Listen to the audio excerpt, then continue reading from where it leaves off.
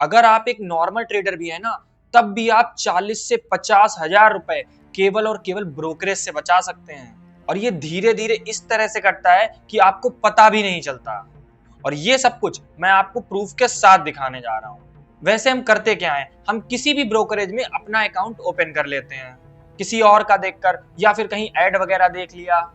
और हम देखते क्या है कि अकाउंट ओपनिंग फ्री होना चाहिए, बाद में आप चाहे कितना भी चार्ज ले लो। और इंटरनल चार्जेस का हमें कोई आइडिया नहीं होता है। और सबके लिए किसी एक ही ब्रोकरेज में ट्रेडिंग अकाउंट परफेक्ट हो ही नहीं सकता। क्यों? क्योंकि किसी के पास पैसे ज्यादा हैं, किसी के पास पैसे कम हैं। कोई म्यूचुअल फंड में इन्वेस्ट करता है, कोई स्टॉक्स में इन्वेस्ट करता है, कोई ट्रेडिंग करता है, कोई सब कुछ करता है।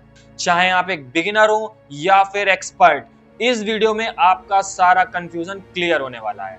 अगर आप केवल म्यूचुअल फंड में इन्वेस्ट करते हैं तो आपका जो भी एक्स्ट्रा चार्ज है वो मेनली एएमसी मतलब एनुअल मेंटेनेंस चार्जेस में लग जाता है। और उसके अलावा आती है ट्रांजैक्शन फीस। जब आप म्यूचुअल फंड बाई करते हैं या फिर सेल करते हैं तो वो यहाँ पे सेबी का रूल है कि वो फ्री होनी चाहिए, तो उसमें तो आपकी कोई कॉस्ट नहीं लगती है। केवल एनुअल मेंटेनेंस चार्ज की वजह से आपका पूरा प्रॉफिट लॉस में बदल सकता है। और वो कैसे? मान लो आप एक छोटे इन्वेस्टर हैं, आप बहुत ज्यादा स्टॉक मार्केट में इन्वेस्ट नहीं करते हैं या फिर शुरू करने जा रहे हैं, तो आपने सोचा कि मैं म्यूचुअल फंड में हर महीने 1000-1500 रुपए इन्वेस्ट करूंगा। तो अब मान लो आपने पूरे एक साल तक हर महीने 1000 रुपए इन्वेस्ट किए और लास्ट में मान लो आपको प्रॉफिट हुआ 7%। तो अगर 12,000 पे हम 7% देखें तो आपको 840 रुपए का प्रॉफिट हुआ। कुछ ऐसे ब्रोकरेज फर्म है जिनका एनुअल मेंटेनेंस चार्ज 700 रुपए प्लस जीएसटी है, तो टोटल चार्ज कितना हुआ? 836 रुपए। और आपका ईयरली प्रॉफिट कितना था? 840। तो अब आप सोचो, आपको कुछ भी प्रॉफिट नहीं हुआ। इससे अच्छा तो आप नॉर्मली अपना पैसा बैंक में ही पड़ा रहने देते। तो आपको कौन सा ब्रोकरेज सेलेक्ट करना है, देखते हैं। आप कोई भी आई टूल यूज कर सकते हैं। आपको बस ये लिखना होगा कि जो एएमसी चार्जेस हैं वो 0 होने चाहिए और अकाउंट ओपनिंग फी भी 0 होनी चाहिए। और ये आपको जितने भी ट्रेडिंग ऐप हैं सबकी लिस्ट जनरेट करके दे देगा। जैसे आप देख सकते हैं, फायर्स है, धन है, एम स्टॉक है, ग्रो है, जीरोधा है, प्रो स्टॉक्स है। अगर आप केवल म्यूचुअल फंड में इन्वेस्ट करने जा रहे हैं तो आप इनमें से किसी को भी सिलेक्ट कर सकते हैं। और इन सब में अगर हम ट्रस्ट, सेफ्टी, सिक्योरिटी ये सब देखें और देखें कि कौन लंबे समय से काम कर रहा है, तो फिर आप ग्रो या फिर जीरोधा किसी में भी अपना अकाउंट ओपन कर सकते हैं। तो म्यूचुअल फंड में इन्वेस्टमेंट के लिए हमारे 2 ब्रोकरेज फाइनल हुए हैं। पहला है जीरोधा और दूसरा है ग्रो। अब देखते हैं इक्विटी इन्वेस्टमेंट। जो लोग डायरेक्ट स्टॉक्स में इन्वेस्ट करते हैं वो 10 से 15,000 रुपए केवल ब्रोकरेज से बचा सकते हैं। क्योंकि ज्यादातर लोग करते क्या हैं, उन्होंने हर सेक्टर से 2-3 कंपनी उठा ली और उन्होंने 30-35 कंपनीज का अपना पोर्टफोलियो बना लिया। और वो सोचते हैं कि हम हर महीने इन सारी कंपनीज में 1-2 शेयर खरीदते रहेंगे। और लास्ट में पता चला कि जितना प्रॉफिट नहीं हुआ उससे ज्यादा ब्रोकरेज लग गया। आप ही देखो देखो आपके पास जो 30-35 स्टॉक्स की लिस्ट है, मान लो उसमें एक शेयर विप्रो है और उसका प्राइस है 250 रुपए, और आपने सोचा कि आप हर महीने विप्रो में 4 शेयर खरीदेंगे। तो अगर हम विप्रो में 250 के प्राइस पे 4 शेयर खरीदते हैं तो आपका जो चार्ज है वो यहाँ पे आ रहा है टोटल 1 रुपए। और अगर यही सेम 4 शेयर आप स्टॉक्स में खरीदते हैं, आपने यहाँ पे क्वांटिटी डाली 4, बाई प्राइस डाला 250 और टोटल चार्जेस कितना है? लगभग 25 रुपए। तो जो डिफरेंस आया वो आया 24 रुपए। सिर्फ एक कंपनी में आपको 24 रुपए एक्स्ट्रा देने पड़ रहे हैं और आपकी लिस्ट में कितनी कंपनी है? 35। तो अब आप खुद से जोड़ो कि हर साल आपका कितना चार्ज लग गया। एक कंपनी में आपका 24 रुपए लगा और आपके पास कितनी कंपनी है? 35। और आपने हर महीने इन्वेस्ट किया। अगर हम इसे 12 से मल्टीप्लाई करेंगे तो आएगा 10,080।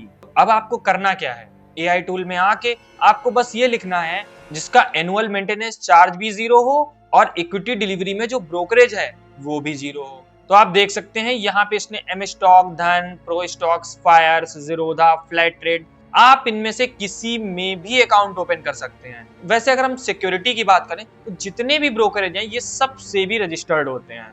तो मान लो अगर कोई ब्रोकरेज कभी बैंकरप्ट हो भी गया तब भी आप किसी दूसरे ब्रोकरेज में अपना अकाउंट ओपन करके अपने शेयर्स को सेल कर सकते हैं। आपके शेयर्स कहीं नहीं जाएंगे। तो अगर आपको किसी एक को सिलेक्ट करना हो तो यहाँ पे आप जीरोधा या फिर धन के साथ जा सकते हैं, क्योंकि ये दोनों ही रिनोन्ड हैं और धन में आपको एक बेनिफिट ज्यादा मिलता है, क्योंकि जीरोधा में अगर आपकी होल्डिंग 4 लाख से ज्यादा है तब आपको एनुअल मेंटेनेंस चार्ज देना पड़ेगा, पर धन में आपको कोई चार्ज नहीं लगने वाला है। तो अगर आपको स्टॉक्स में इन्वेस्ट करना है तो फिर आप धन या जीरोधा दोनों में किसी के भी साथ जा सकते हैं। अगर आप ट्रेडिंग करते हैं या फिर शुरू करने जा रहे हैं तब तो आपका ब्रोकरेज चार्ज लाखों रुपए तक चला जाता है। यहाँ तो मैं भी शॉक हो गया था। मान लो आप इंट्राडे ट्रेड करते हो और आपने 1,000 रुपए पे 50 शेयर खरीदे और उसे 1,020 पे बेचा और आपका जो टोटल चार्ज आ रहा है ना वो लगभग 66 रुपए के आसपास है। और सेम ट्रेड अगर हम यहाँ पे फ्लैट ट्रेड में लेते हैं तो आप देख सकते हो 1,000 पे खरीदा, 1,020 पे बेचा, सेम 50 क्वांटिटी और आपका चार्ज कितना है 18 रुपए। और डिफरेंस कितना आया 66 माइनस 18 48 रुपए एक ट्रेड में। और अगर हम रिसर्च को देखें तो ज्यादातर ट्रेडर्स दिन में 3 से 4 ट्रेड लेते हैं। और अगर मान लो आपने 4 ट्रेड ली तो चाहे इंट्राडे में हो या फिर फ्यूचर एंड ऑप्शंस में, तो कितने रुपए का डिफरेंस आया?